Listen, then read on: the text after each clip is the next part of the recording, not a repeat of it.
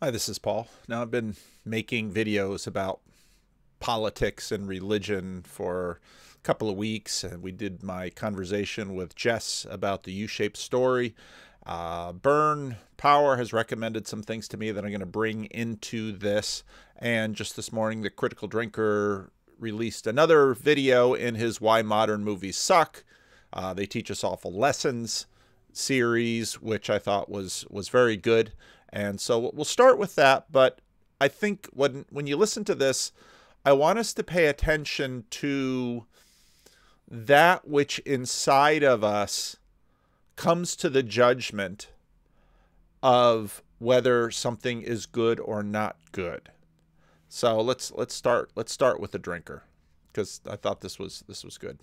One of the great things about movies is that not only are they a fun escape from all the bullshit of everyday life, but they can also teach us important lessons about how to live those lives. Now, before we get too far, oh good, I stopped on Lord of the Rings. Before we get too far, movies are very religious. Now, I know some people are like, no, they're not religious. This gets back to the question of religion. Maybe I should go to my Substack actually and read that, because I wrote that today. Nostalgia, Preaching, Church Memberships, and Fandoms. Was talking to a friend who was complaining about the preaching in his church. Preaching sometimes becomes a strange, nostalgic rehearsal of some doctrinal glory days moments in the history of a denomination or tradition. And if you go to the Substack, I'll put the link to the Substack in the notes below. Have a link to Bruce Springsteen's Glory Days. Great song about a guy who peaks at high school with his high school baseball team. And whenever you hear about him, whenever you talk to him, that's what everything goes back to. Now, a lot of preaching is like that. I had a couple of CRC pastor friends of mine on Twitter when I posted this. I said, yep, this is exactly what it is. You go into the church and you hear all of the doctrinal trieds and truths, and everybody in the audience like, yes, yes, yes, yes. And other people walk into the church and they're like, what is this? What is this weird cult of doctrinal peculiarities that, you know, here are the same old words that we always say, and we say them together, and we say them just like, and everyone's like, yes, yes, and the pastors are rewarded, and that's what a good pastor is, to keep saying all the same old words in all the same old way, and there we have it. And it's sort of like Bruce Springsteen's Glory Days. The sermon is stale, unintelligible, uninspiring rehearsal of the buzzwords, holy words, because of course buzzwords are holy words, of that tradition. The preacher is rewarded for rehearsing them for those within the tradition. One of the best second wave convo videos was Jordan Peterson's talk to Clay Rutledge about nostalgia. Nostalgia takes a beating for the same reason preacher like this takes a beating, but I know you go into a church that is doing that, and it's like, oh, this is awful. But just hold off on your criticism a little bit. Something powerful is going on here. Something powerful is the communal memory that they are rehearsing together, and this, in fact, strengthens the people and strengthens the community, and it does a whole lot of good, even though it sort of is what it is. And I'm not saying that preaching should never be that way. There's a time to strengthen the community and reward them for their faithfulness and encourage them through that. But if that's all you're ever doing, well, you're sort of practicing nostalgia and merely nostalgia.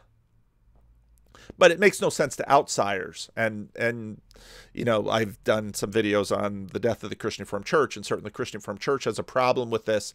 And well, why don't Christian Reformed churches do evangelism? Well, it's because you're basically working on your member berries. And if you have never watched this video, again, go to the Substack and click on that video. It has all the scenes from South Park, the member berries, and it's just genius. And in some ways, member berries are an artistic, very powerful application of what Clay Rutledge talks about when he talks about nostalgia. And I'm not a I'd say I'm not a South Park fan. I never watched South Park. And Rick is the one that introduces me to these kinds of things. And one day he says, "Oh, member berries." This is, "What are member berries? You don't know what member berries are?" And so he takes me to YouTube and shows me member berries. And it's like, oh, all those little in-house dry doctrinal sermons, or not even doctrinal. They can be about politics. It can be about anything, but it's all member berries. But that's strong, and I love the scene in the South Park episode where they're trying to kill the member berries. You know, they're trying to burn it and everything, and because of the dynamics of nostalgia, the more pain you put into the person, the stronger you make the impulse to just go back to. And the member berries say, "We were safe. Remember when we were safe? Remember when we were safe? Remember Luke Skywalker? Remember Han Solo? Remember. Now, I want you to think about that when we go to the second film critic.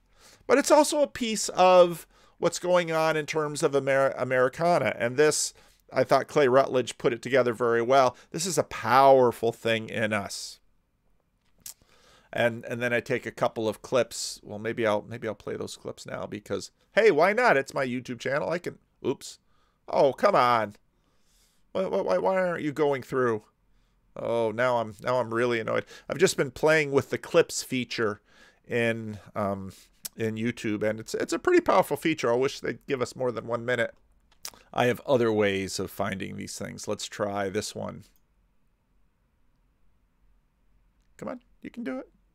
And at the end of the day, I miss loving Star Wars. I miss loving it. I used to love it, and now I'm saddened by that franchise. I'm using that as like the best example. There's a lot of other examples. We could talk about the Terminator franchise. We could talk about Star Trek.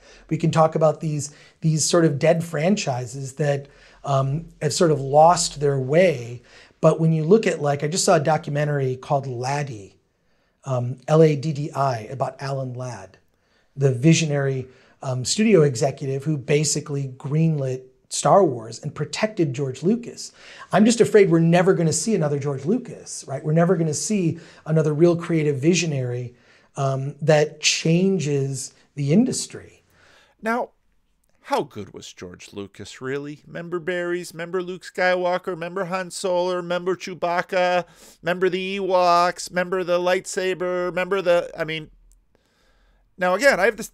I'm basically putting this next to church. So I'm not dumping on your Star Wars necessarily, but the psychological patterns are similar. And this is a lot of what I've seen in human beings. Now, what's often true of movie makers, the Wachowskis for one, is that they can do it once, but they can't do it again. I mean, Star Wars was sort of maybe the first three, but, you know, by the third one, things are starting to get wobbly already. And then by the prequels, things were really heading off the rails. And yeah, but this is religion. These are the same dynamics psychologically, speaking psychologically as religion. But this is religion for a culture and a country. And movies are the catechesis and the indoctrination of the people. I mean, I was a kid when I saw Star Wars. I'm seeing the 9th movie in this saga. I cannot believe how horrible it turned out. It's really, to me, it's malpractice what happened to that franchise. You ever see a church member upset with what a preacher is doing, or what is happening to their church, or what is happening to their religion? Or it's not the old time. Well, yeah, the old time when, remember when we were safe? Remember Chewbacca? Remember Han Solo? And how it's divided fandom fighting over things that are really irrelevant. I think it's well, not entirely irrelevant. The fact that they're just like, you're seeing people from within that company attack the fans is just like, it's, I hate. Have you ever seen denominational bureaucrats attack the membership in the church? This is the way we must go. No. Member. hate to see it because I'm like, nerds are my people. I go to San Diego Comic-Con every year. I have since the 90s gone to San Diego. I do my religious pilgrimage to Comic-Con every year. This is who I am. This is how I am. I've learned everything I've learned from the movies. Like the value of friendship, camaraderie, and loyalty, the dangers And again, not bad things necessarily, but of pride and arrogance, the importance of compassion and charity, or the meaning of determination and resilience. they're all virtues. Movies have the unique ability to inspire and move us, and like I say, the lessons they teach us have influenced whole generations of people to do more than they ever thought possible, They create culture and nations and civilizations. reach higher, strive further, work harder, and be more than they are. But they can also help to warn us against our darker impulses like selfishness, arrogance, and hatreds. They're a bit like a set of moral scales that help to keep us balanced and level. But the Sort of like Sunday school. problem with modern movies is that I've begun to notice the moral scale tipping in the wrong direction, trying to frame negative actions, decisions, and messages in a positive light. Basically what this means is they're teaching people really shit lessons now, and if this sort of thing continues for too long, it's going to produce an entire generation of shitty people. See, church is going away. Everything's going to fall apart because it's the same thing. I mean, damn, just log into TikTok for 5 minutes and you'll see exactly what I mean. Look, They're ruining the youth. Let's kill Socrates.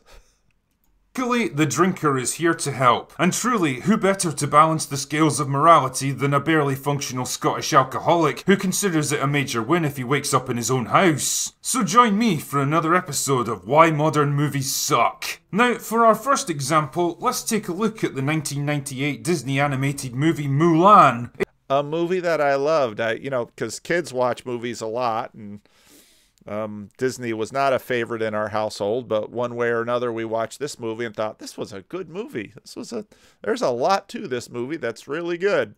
It's set in Imperial China and follows the story of a young woman who disguises herself as a man so that she can enlist in the army and help defend her country from foreign invaders. The movie quickly establishes her as a bit of a free spirit, yearning to escape her safe but dull life and find adventure and excitement, which was actually a pretty common thing for Disney princesses back then. Anyway, like the other recruits, she gets put through Back then. Remember Mulan? Remember the little dragon? Remember the emperor? Remember?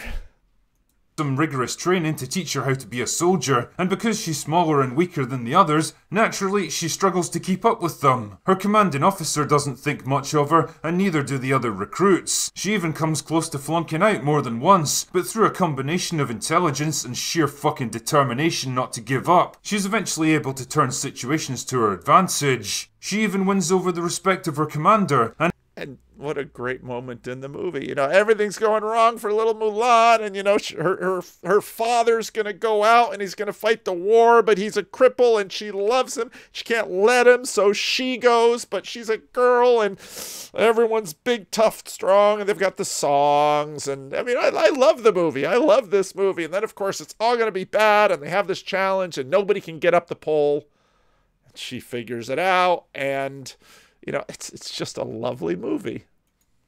and her ability to think quickly under pressure allows them to win a great victory over the enemy army. Mulan is actually a pretty good example of positive life lessons. The struggles and eventual successes of the main character demonstrate the value of determination and perseverance. Now these values are deeply cultural, okay? And so, you know, forever people have, you know, look at movies and critique the culture by the movies, and movies both form the culture and express the culture. It's always both and.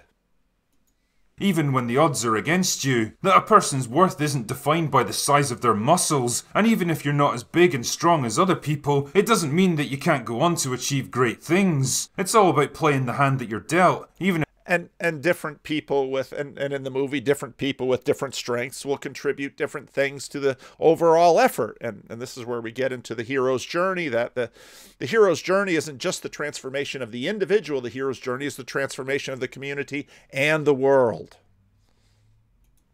Even if that hand doesn't seem as strong as other people's. Now consider the live-action remake of Mulan from a couple of years ago, which I never bothered to see, and based on what I've been seeing them doing, I thought there's no point to this. Now, he nicely lays it out. The basic premise of the movie is the same. Foreign armies invade China, and because there's no men of fighting age in her family, Mulan disguises herself as a man so that she can join up instead. The difference though is in how the main character is presented and the challenges that she has to overcome, because basically there aren't any. Whereas the original Mulan was limited by her physical shortcomings and had to make up for them in other ways, gradually winning people over by refusing to back down, this new version is just fucking great at everything right off the bat. She's just as fast, just as strong, just as good at fighting as the others. In fact, if anything, she's probably better than them, because she was born with high levels of chi or something, which allows her to perform feats of agility and skill that border on the supernatural. So now, when he said this, I thought, ah, yes. Oh, you religious people with your magical thinking. You know, compare this stuff to, I was immediately thinking about the story of Joseph, because Joseph is special right from birth. And we know that about Joseph. And when he's a boy, he can interpret dreams and he can tell the future, and he has all of this power that his brothers don't have. And what does his power get him? Sold into slavery for Egypt. And then in Egypt, what does his power get him? Sent into prison and forgotten. But the story, of course, the character, the main character of the Bible is God, is Israel's God.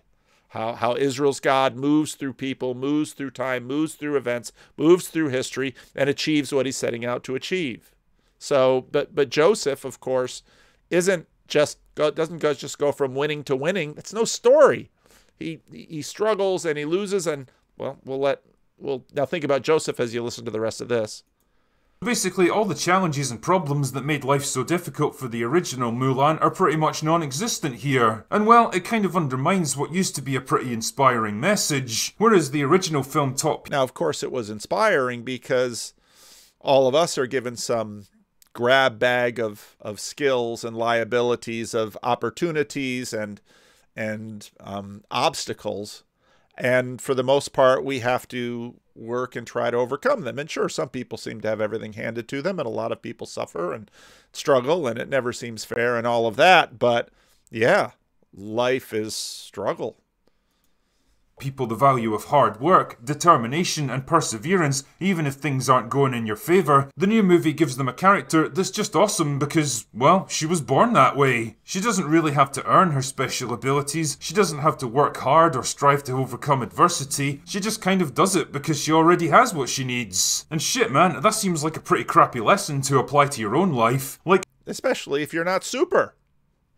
And you know, again, one of the themes that, I don't know if I'll pull it out so much in this video, but part of what's interesting about the biblical stories is that, let's say, David begins in some ways like this. David begins, now he's the youngest of the sons, and, you know, he slays Goliath, and earlier on, he seems to be able to do no wrong, and Saul keeps persecuting him, and so David struggles and struggles and struggles, but part of where movies so often go wrong, and this is especially true of the most recent Star Wars, is they just can't handle a very long story with the kinds of ups and downs and character development that is much truer to life. And maybe they think, oh, we're just selling movies to kids and adults that are really hung up on their member berries, and so that's what Hollywood is going to do.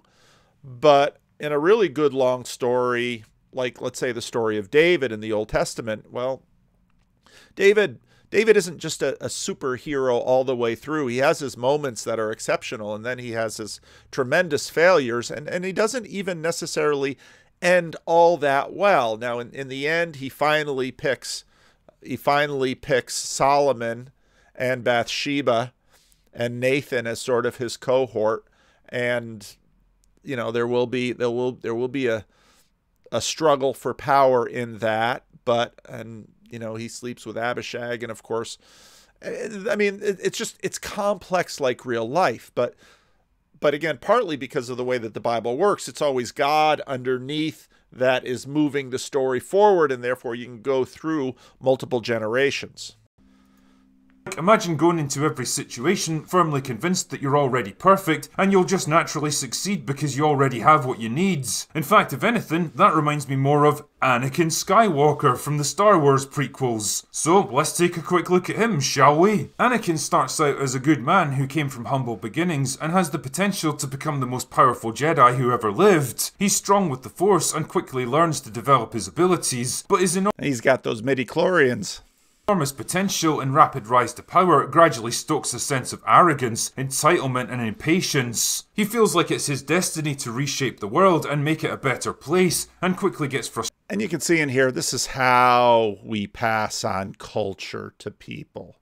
We show these stories and we show the outcomes, and you don't want to be like that. You'd like to be like this. Frustrated with anyone who stands in his way, like the Jedi High Council, who caution him against moving too quickly, forming personal attachments, and trying to take shortcuts to power. This frustration, combined with a strong personal attachment to the people close to him, even though the movies were terrible, just read, you know, Red Letter Media on Mr. Plinkett just destroys these movies.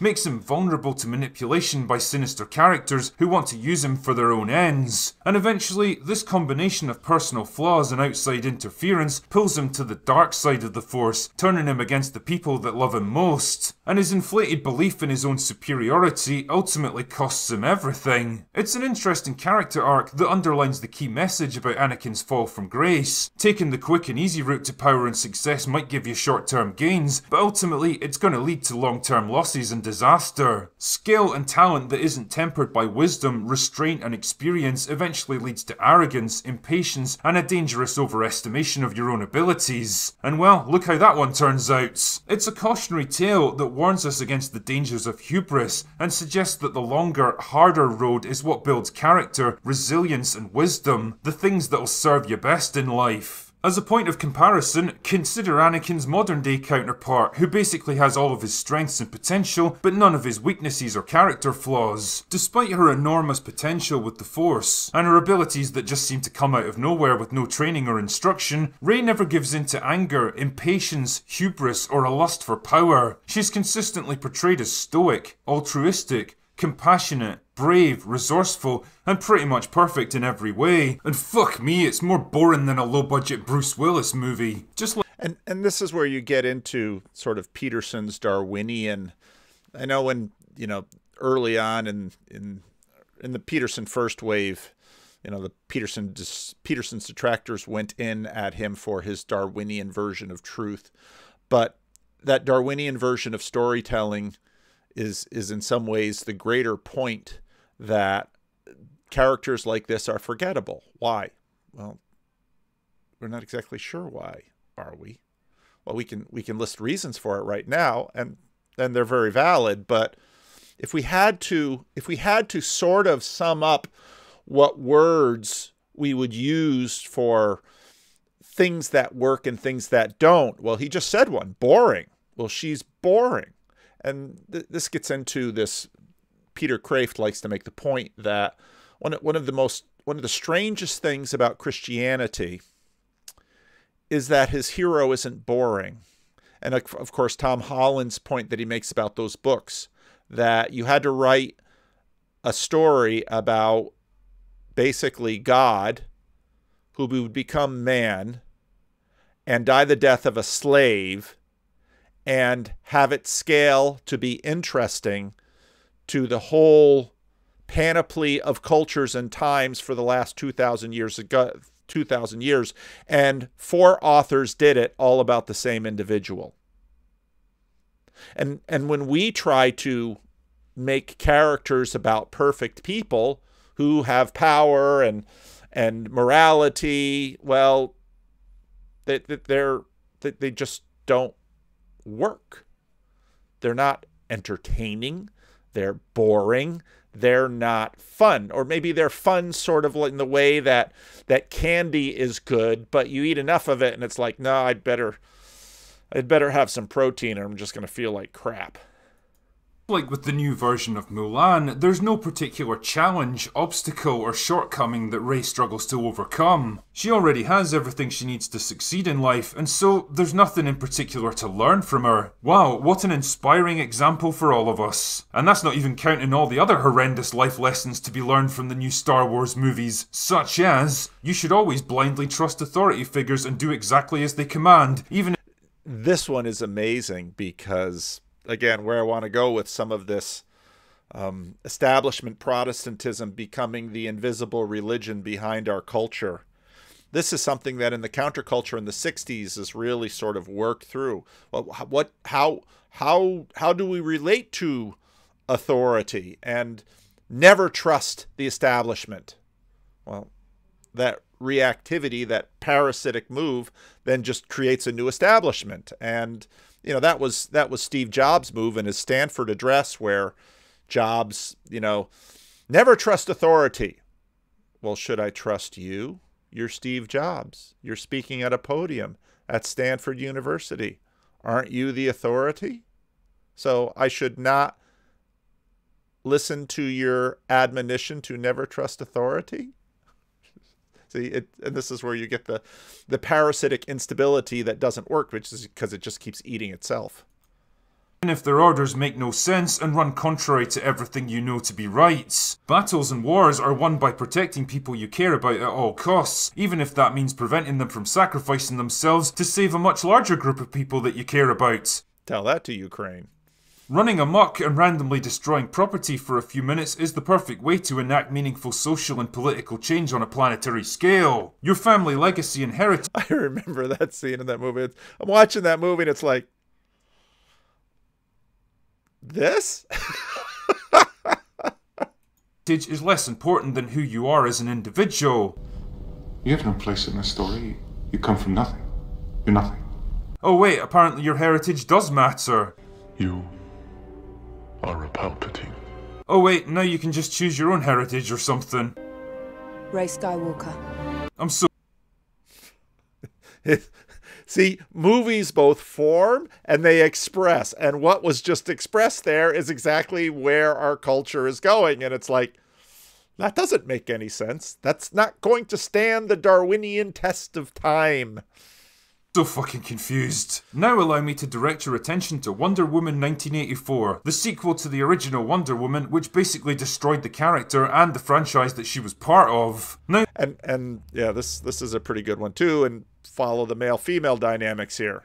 the plot for that movie is absolute nonsense, but for the sake of this video, the basic gist is that a magical object gets discovered which grants the wishes of anyone who touches it. Unfortunately, it usually takes something back in return. Wonder Woman chooses to be reunited with Steve Trevor, the man she fell in love with before he sacrificed himself like 70 years earlier. And wouldn't you know it, within a matter of hours, Steve shows up alive and well. Only it isn't actually Steve, it's just his consciousness inhabiting the body of some random guy and wearing him like a fucking skin suit. And Wonder Woman is totally fine with this apparently. She even has sex with him when he's clearly not capable of consenting to it. Now, take a moment to imagine how this would play out if the genders of these two characters were reversed. How it would go from a touching, poignant romance to a horrifying piece of sexual exploitation. The poor guy that she's now using as her own personal plaything was once an innocent man with friends, family, a life, hopes, dreams and aspirations for the future, and she was happy for all of that to be erased so that she could live out her fantasy with a guy that's been dead for 70 years. Anyway, that's most of the video. That's 8.5 out of 10.5 minutes. You can watch the rest. Now on Twitter, when I made a comment about the Critical Drinker's new theory, Burns said, "I wonder if the drinker has watched this guy." So Burns always full of good sources. So I trip over to that and, oh my, this is interesting. Would you say that 99% of all movies today are garbage? In an age where most movies are referred to as content, I would say that 99% of most movies are pretty bad. I always try to like... Now that content word is very interesting. And where we're going to go with this is C.S. Lewis's Experiment in Criticism, another book I got from the wise old Byrne Power. When I say 99%, I mean of mainstream. It really is when you look at, and especially I think one of the best examples of this is the sort of Zack Snyder's Justice League and how that was, bungled. How that was bungled, how the Star Wars franchise was bungled, how they could not. I mean, to me, I'm the studio executive in charge of Star Wars, and we're making a new Star Wars movie. And the first thing I'm going to do is I'm going to put Han, Luke, and Leia in a scene together. And the fact that that moment, we will never be able to have that moment in cinema. They are saints. Han, Luke, they are saints of our church. When Carrie Fisher was alive, that to me. Not only are they saints, but the characters, the actors who make them, they're saints too. But they're really only saints when they inhabit the characters of Luke, Han, and Leia. That's malpractice. That's studio malpractice. That's heresy. The fact that they had what Zack Snyder's vision, what he was building up to be, and I think seeing the 4-hour final product of what Zack Snyder's Justice League turned out to be, and that they made this garbage thing, Joss Whedon. I mean, it's disheartening to me to see that. I will say on an indie level, I tend to take like a glass half full view, and I like home church. Indie movies are home church. I tend to always look for the positive when it comes to indie films, because you cannot compare you can't compare an indie movie. You can't compare what happens in a home church shot in 12 days in somebody's backyard for $10,000 for no money with somebody who doesn't have a seminary education to Justice League, whichever version you're talking about. To your mega church. You can't compare, because in my mind, there is no excuse for a studio to fail when they put out a blockbuster movie. You have no excuse. Your job is to entertain me, not lecture me. Entertain. Now, this has been a buzzword with churches for a while, and when mega churches were really coming into vogue, the way that smaller envious churches and members of smaller envious churches or traditions that really couldn't pull off the mega church, like the Christian Reformed Church, which has a hard case of member berries. The criticism would be they're doing entertainment. Let's pause with that word, though, because what are we really talking about when we're talking about entertainment? Isn't it a psychotechnology? Isn't it something, at least in some ways, comparable to what people are looking for from psychedelics? No, they've always been looking for it from a good book, a page turner, something that forces self-transcendence, that I'm out of myself. So, boy, Rick's a pretty private person, shouldn't tell too many of his stories, but he's, Rick loves riding a motorcycle. And one of the things that Rick tells me about motorcycle riding is you sort of forget your troubles, because if you're not paying attention to what you're doing on that motorcycle, you're going to die. And so there's a self-transcendent, and this is what we look for in a movie experience. And this is part of the reason that movie theaters are sort of like temples. And the atmosphere and the environment is controlled. And you get your popcorn and your drinks, but the whole point is that everything will be dark. The sound will be very loud, and the screen will be huge. And basically, sort of like a psychedelic, we just swamp our faculties. Of course, you put the drug in and you do it from inside your brain. It's so much more powerful. Wait till Elon Musk puts the little connection on the back of our head. But this is what movies. I want to be entertained. I want to be satisfied. I want to go on. I want to get into a story and live in the story. And books can do that. That movies can do that. In the question and answer Friday, which is today when I'm recording this, you know, layer upon layer upon layer upon layer. This is what we pay for. This is what they're supposed to do. And the studios with their blockbusters and their hundreds of millions of dollars of budget ought to be able to deliver the goods. So why don't they? Not lecture me. Your job is to not lecture me. But now pay attention. We just saw from the Critical Drinker that, you know, that cartoon Mulan, that taught us good stories. That taught us good morals. That taught us good life lessons. And the new movies aren't teaching good life lessons. The new movies are, dare we say, preaching at me. Preaching at me. If you feel you're being preached to, the preacher probably isn't doing a very good job. At least in the sense of that word. And so what we want is we want to be formed. We want a transcendent experience. We want to be transformed by the movie. Don't lecture me. Don't preach to me. To entertain. Fail when they put out a blockbuster movie. You have no excuse. Your job is to entertain me, not lecture me, not lecture me. Your job is to entertain me. Unfortunately, we live in a... Your job is to transform me by the renewal of my mind. Some of you will recognize that from Romans 12. Time, you know, back in the day when Star Wars was first made, I feel like they were checking one box, and it was called fun. And now... Remember Millennium Falcon? Remember Chewbacca? Now there's a million boxes that must be checked. There are all sorts of... The most common failure of any sermon is too many disconnected ideas. Preaching 101. All those boxes checked. Noting and committees and this thing, and this is where you end up with... Imagine a sermon by committee. Now we have an insight into what's wrong with movies, don't we? With, you know, that last Star Wars movie by J.J. Abrams is unwatchable. I mean, it's garbage. It's exactly... But there were member berries, but even the member berries couldn't pull it out. It informs exactly everything wrong with the studio system. It's terrible. So I look at like the Justice League debacle, the Star Wars franchise, and how that was mishandled.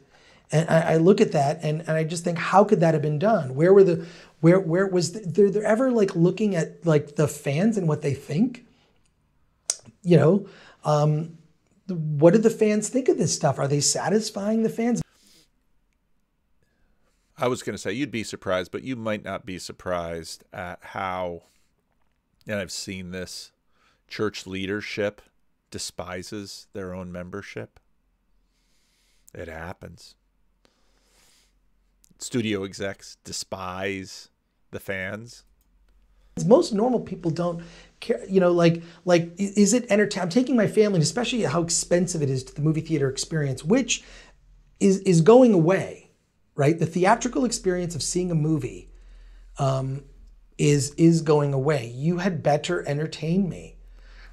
You had better transform me and deliver the goods.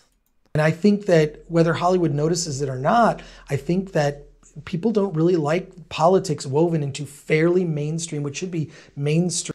It's not that they don't like politics. You just have to submerge it far down deep enough so that, remember, religion is always, politics is now. Religion is dollars, politics is cents. Just give me the dollars. Don't throw pennies at me. That hurts. Stream entertainment experiences. And I think we're seeing that more and more. It's unbelievable to me. I think you're leaving money on the table for not giving what the customer is looking for in that experience. But so in my mind, studios, there's no excuse to fail. You have the best people in marketing. You have the most talented actors. craftsmen when it comes to special effects. This isn't a home church. You've got preachers that you can recruit. You've got the best music available. You've got good seating. You've got control of the environment. You've got all of the programs. You've got nursery. You've got youth group. You've got all the staff. You've got everything. And cinematography, music. There's no excuse for that to fail. And I think part of the failing of Hollywood is that the marketing is so good sometimes. I've argued with friends sometimes that I believe that there should be a key art. I mean, there are key art awards, for key movie poster art. I'm a fan of movie poster art. There's a really good documentary about movie poster art called 24 by 36. Check out that documentary. But there should almost be a marketing award. And here's the problem, the conundrum. The marketing for these movies is so good, the product doesn't live up to the marketing. So, I mean, the trailer's better than the movie. That happens a lot. I got chills watching the trailers for The Rise of Skywalker. I was so excited to see that movie. The ninth, I was a kid when I saw Star Wars. I'm seeing the 9th movie in this saga. I cannot believe how horrible it turned out. It's really, to me...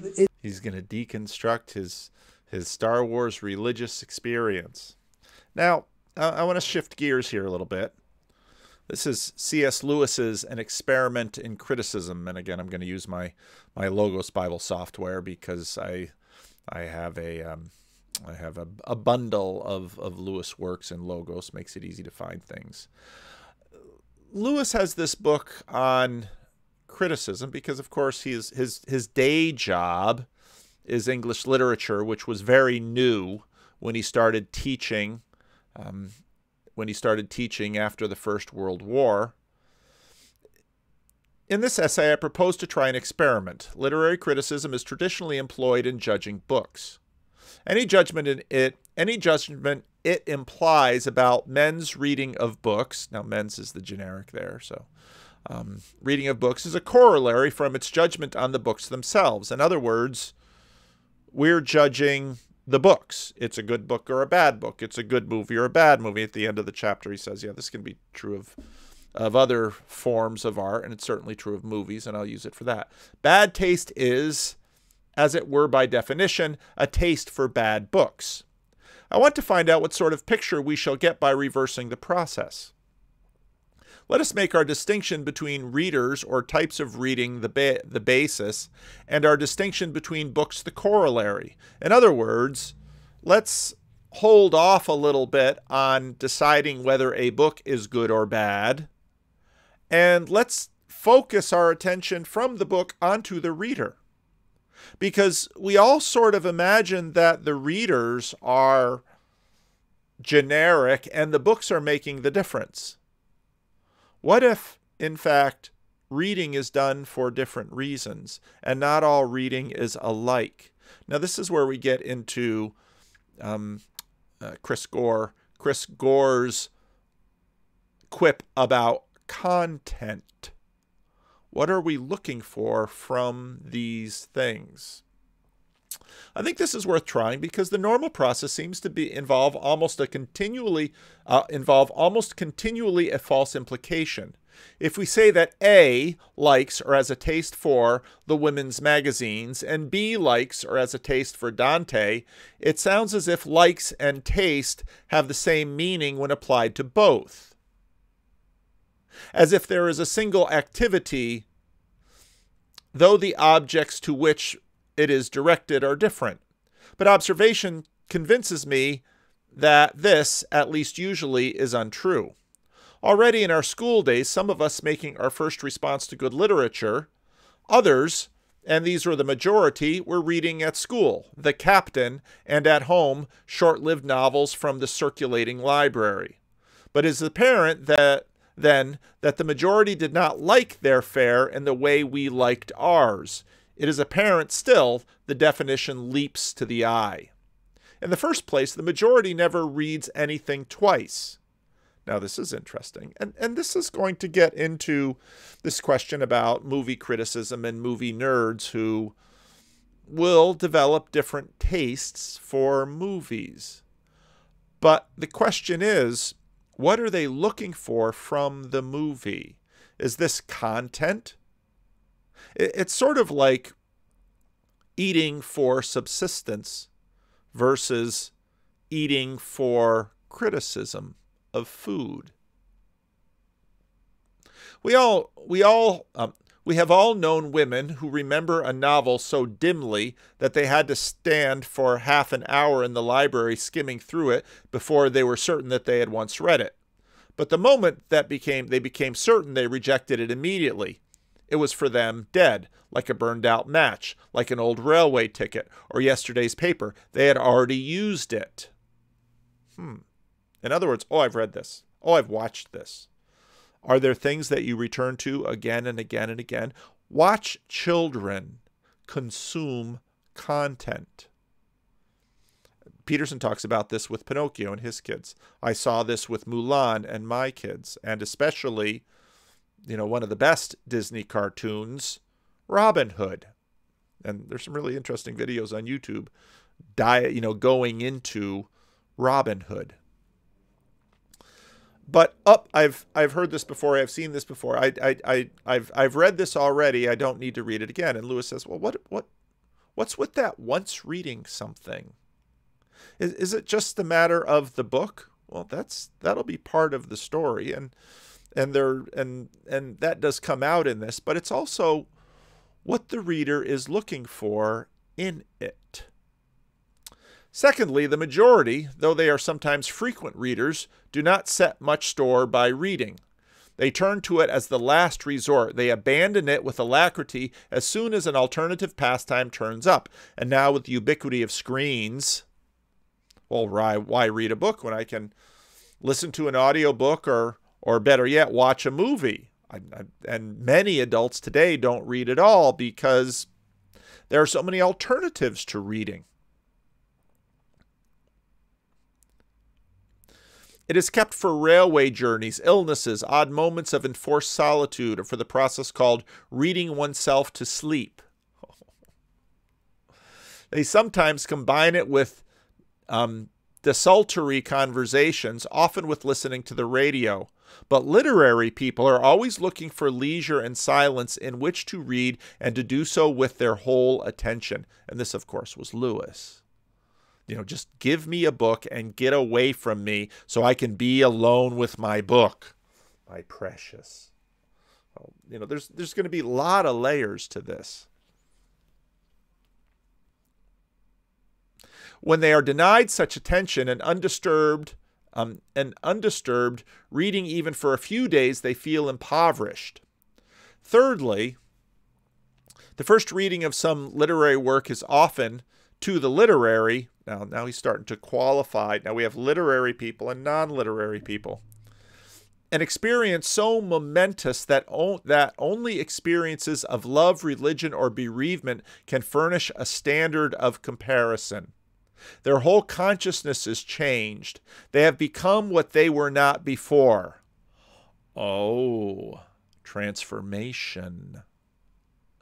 But there's no sign of anything like this among the other sorts. They have finished the story or the novel. Nothing much, nothing at all has seemed to have happened to them. Now this seems to be... Oh, okay, that's better. Finally, and as a natural result of their different behavior in reading, they have what they have read is constantly and prominently present to the mind of the few, but not to the mind of the many. The former mouth over their favorite lines and stanzas in solitude. Scenes and characters from books provide them with a sort of iconography. Don't you think? Remember Luke Skywalker? Remember Han Solo? They are icons. Chris Gore will have a video about what are we doing to our icons. Critical Drinker had something about what are we doing to our heroes.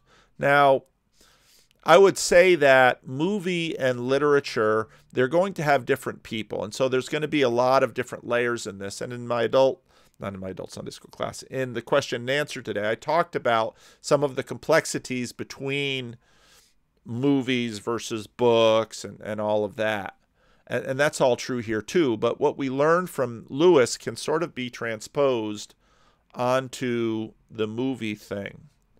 In other words, there will be religious and irreligious when it comes to movies. There will be fandoms. There'll be Star Wars fans who dress up to go to the movies. They put on their holy vestments. And they go and they see the movie again and again and again and again, and they know the lines and they know every detail, and it transforms them. And when they have a tough time, they go back to their same movie and they watch it again. It is their sacred text. We treat as a main ingredient of our well-being something which to them is marginal. Hence, to say simply that they like one thing and we another is to leave out nearly the whole of the fact. If like is the correct word for what they do to books, some other words must be found for what we do.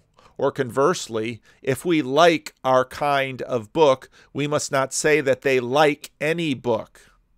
In other words, it's different.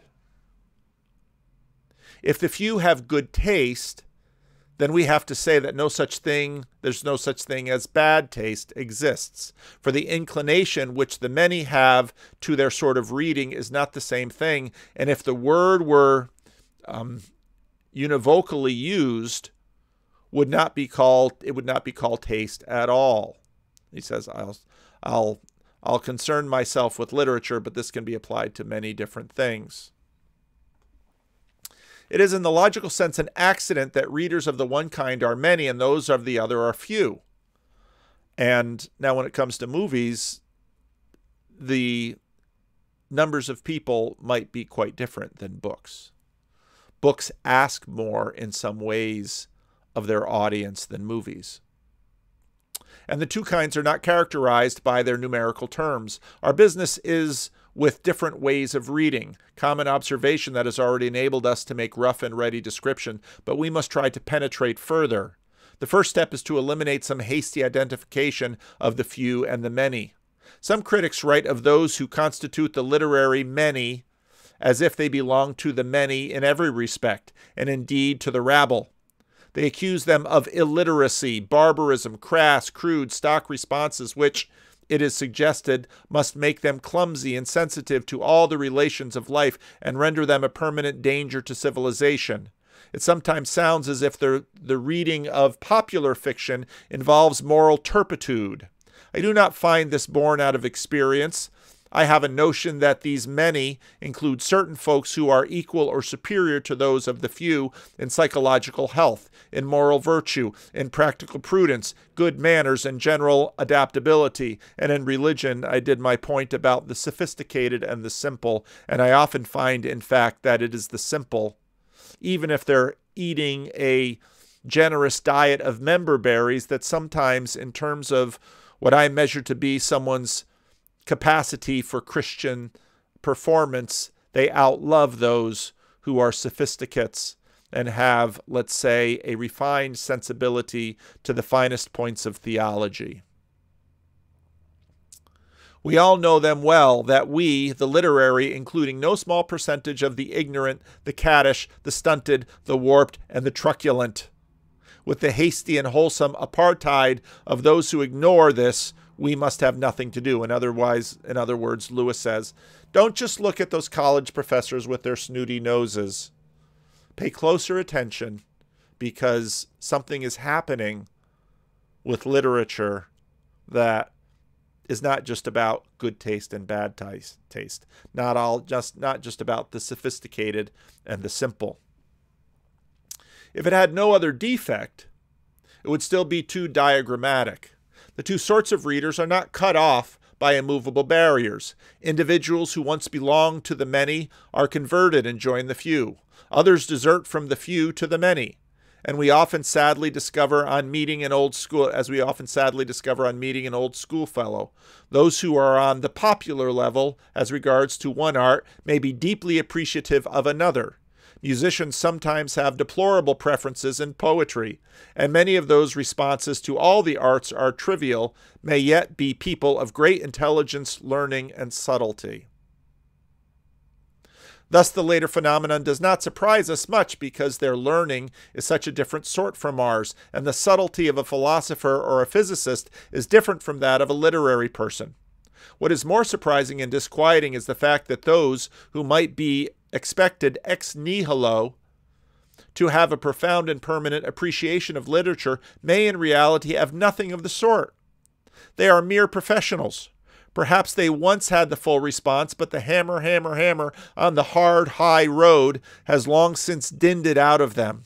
I am thinking of unfortunate scholars in foreign universities who cannot hold their own jobs unless they repeatedly publish articles, each of which must say, or at least seem to say, something new about some literary work, or of overworked reviewers getting through novel after novel as quickly as they can, like a schoolboy doing his prep.